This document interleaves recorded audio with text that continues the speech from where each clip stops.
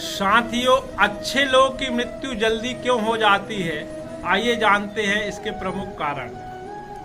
मित्रों, यह एक सवाल है कि अच्छे लोग की मृत्यु जल्दी क्यों हो जाती है। अक्सर यह देखा जाता है कि अच्छे से और धर्म से चलने वाले लोगों की मृत्यु अक्सर जल्दी ही हो जाती है। शास्त्रों में तो बताया गया है कि कलयुग में लोगों की उम्र 30 साल ही रह जाएगी और कलयुग के अंत होते होते इंसान की औसतन उम्र 20 साल ही रह जाएगी। आपने यह भी सुना होगा कि भगवान अच्छे लोगों को जल्दी बुला लेते हैं। मित्रों, धर्म कोई सा भी क्यों ना हो, हर किसी को यहाँ यह बताया गया है कि जिसने इस धरती पर जन्म लिया है उसकी मृत्यु निश्चित है। और अगर बात सनातन धर्म की करें तो उसकी एक मान्यता के अनुसार बच्चे की जन्म की छठी रात ही ब्रह्मा जी उसकी किस्मत लिख देते हैं, जिसमें उसके आने वाले कल जैसे विवाह, पढ़ाई, नौकरी, यहाँ तक कि मृत्यु की तारीख तक शामिल होती है। यह निर्णय तो भगवान ही करते हैं कि किसकी उम्र कितनी है। आपने यह कहावत भी जरूर सुनी होगी कि जितनी चाबी भरी राम ने उतना चले खिलौना। दोस्तों, इस कहावत में साफ है कि किसकी मृत्यु कब होनी है यह तो भगवान ही तय करते हैं। वैसे तो अच्छे लोग की मृत्यु जल्दी हो जाने के पीछे कई कारण हैं, लेकिन पहला कारण समझने के लिए आपको यह जानना होगा कि हम जो कुछ भी इस जन्म में करते हैं उसका जवाब हमें ऊपर यमराज को देना होता है। अगर उसके पाप का पल्ला भारी होता है तो उसे नरक में यातनाएं काटनी पड़ती है, और अगर पुण्य का पल्ला भारी हो तो उसे स्वर्ग का सुख मिलता है।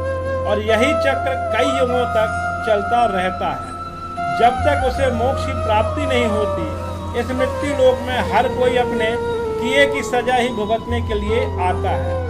कोई आत्मा इंसान बनती है तो कोई जानवर के शरीर में प्रवेश करती है। ये उसके संचित कर्मों के आधार पर ही तय होता है। इसके अलावा उसे जन्म देने वाले माता पिता के संस्कार भी उसके अंदर आते हैं। इसके बाद जो कर्म करेगा उसके हिसाब से उसे पुण्यात्मा या फिर दुरात्मा कहा जाता है। अब यही पुण्य आपकी मृत्यु की तारीख को भी बदल देते हैं। जिस तरह से एक जज जेल में रहने वाले कैदी के व्यवहार को देख उसकी सजा कम कर देता है, ठीक उसी तरह भगवान भी देखते हैं कि इंसान मृत्यु लोक में जाने के बाद अच्छे कर्म कर रहा है और उसे अपने किए की सजा मिल चुकी है। और जब उन्हें लगता है कि अब उसे मृत्यु लोक में नहीं रहना चाहिए तब वो उसे बुला लेता है। भगवान के दंड विधान के अनुसार हर व्यक्ति को केवल उतना ही दंडित किया जाना चाहिए जितना उसके पाप किया है। अब क्योंकि अच्छे लोग के पाप कर्म बुरे लोगों के पाप कर्मों की तुलना में अधिक हैं, इसलिए अच्छे लोग अपने पापों का फल जल्द ही भुगत लेते हैं। हिंदू धर्म में मान्यता है कि भगवान हर अच्छे आदमी को किसी न किसी उद्देश्य के साथ ही इस मृत्यु लोक में भेजते हैं और भगवान का अपना अवतार उन्हीं उद्देश्यों में शामिल है।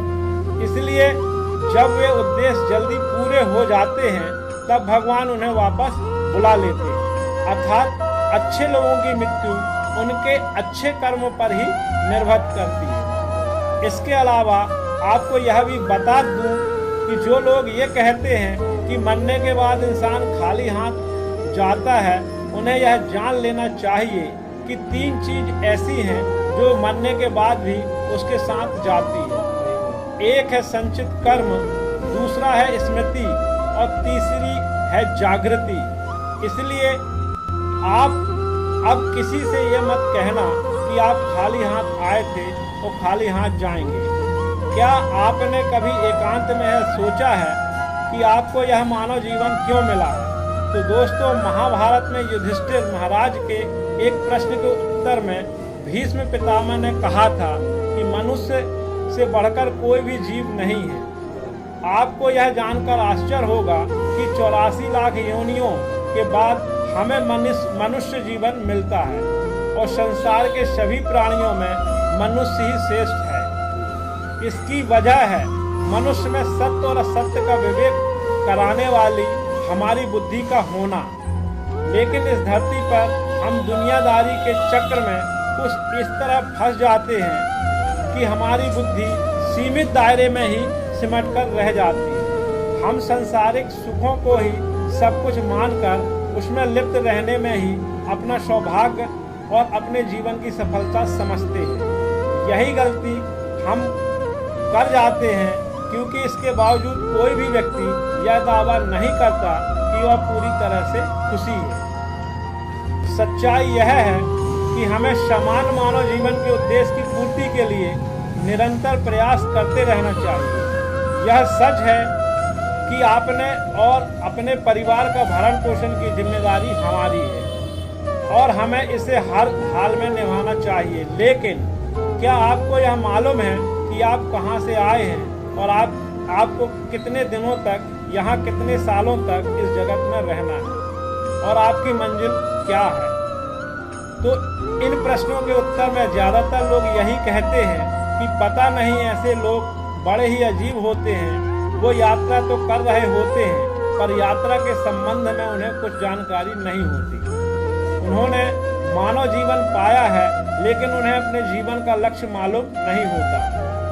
हमारे आपके जीवन का मतलब है एक उद्देश्य खोज लेना और अपने भीतर शांत रहना। कहा गया है मनुष्य आनंद लोक का वासी है और आनंद के परमाधाम तक पहुंचना ही उसके जीवन का एकमात्र लक्ष्य है। इसलिए मनुष्य को इस संसार के मृगमरीचिकी से निकलकर भव्य जीवन की प्राप्ति के लिए साधना के मार्ग को अपनाकर अपने गंतव्य को पहचानना चाहिए। इसी तरह दोस्तों, श्रीमद् भागवत में भी भगवान श्री कृष्ण कहते हैं कि ये एक आध्यात्मिक और ईश्वरीय जीवन का पद है जिसे प्राप्त करके मनुष्य मोहित नहीं होता।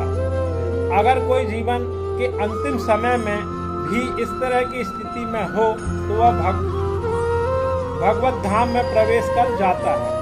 मनुष्य कृष्ण भागवत अमृत का दिव्य जीवन को एक क्षण में तुरंत प्राप्त कर सकता है और हो सकता है कि उसे लाखों जन्म के बाद भी यह प्राप्त न हो। दोस्तों, यह तो सत्य को समझने और स्वीकार करने की बात है। भगवत गीता कहती है कि वास्तविक जीवन का शुभारंभ इस बौद्धिक जीवन के पूरे होने पर होता है। दोस्तों, इन सभी बातों से यह स्पष्ट होता है कि हम सभी एक निश्चित समय के लिए इस धरती लोक पर आते हैं और कुछ विशेष कर्मों को करने के लिए आते हैं। जब हमारे कर्म पूरे हो जाते हैं और इस जीवन का लक्ष्य प्राप्त हो जाते हैं तो प्रभु हमें परलोक में एक सहज जगह प्रदान करते हैं। भगवान कृष्ण और अन्य कहते हैं कि वास्तविक जीवन तब शुरू होता है जब यह भौतिक जीवन समाप्त हो जाता है। मित्रों, जो लोग सदाचारी होते हैं और जीवन में अच्छे कर्म किए होते हैं वे वास्तव में विशेष होते हैं।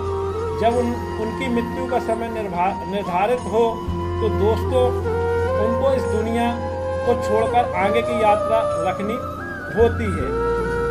ऐसी ही और वीडियो को देखने के लिए हमारे चैनल को सब्सक्राइब, लाइक जरूर करें। हर हर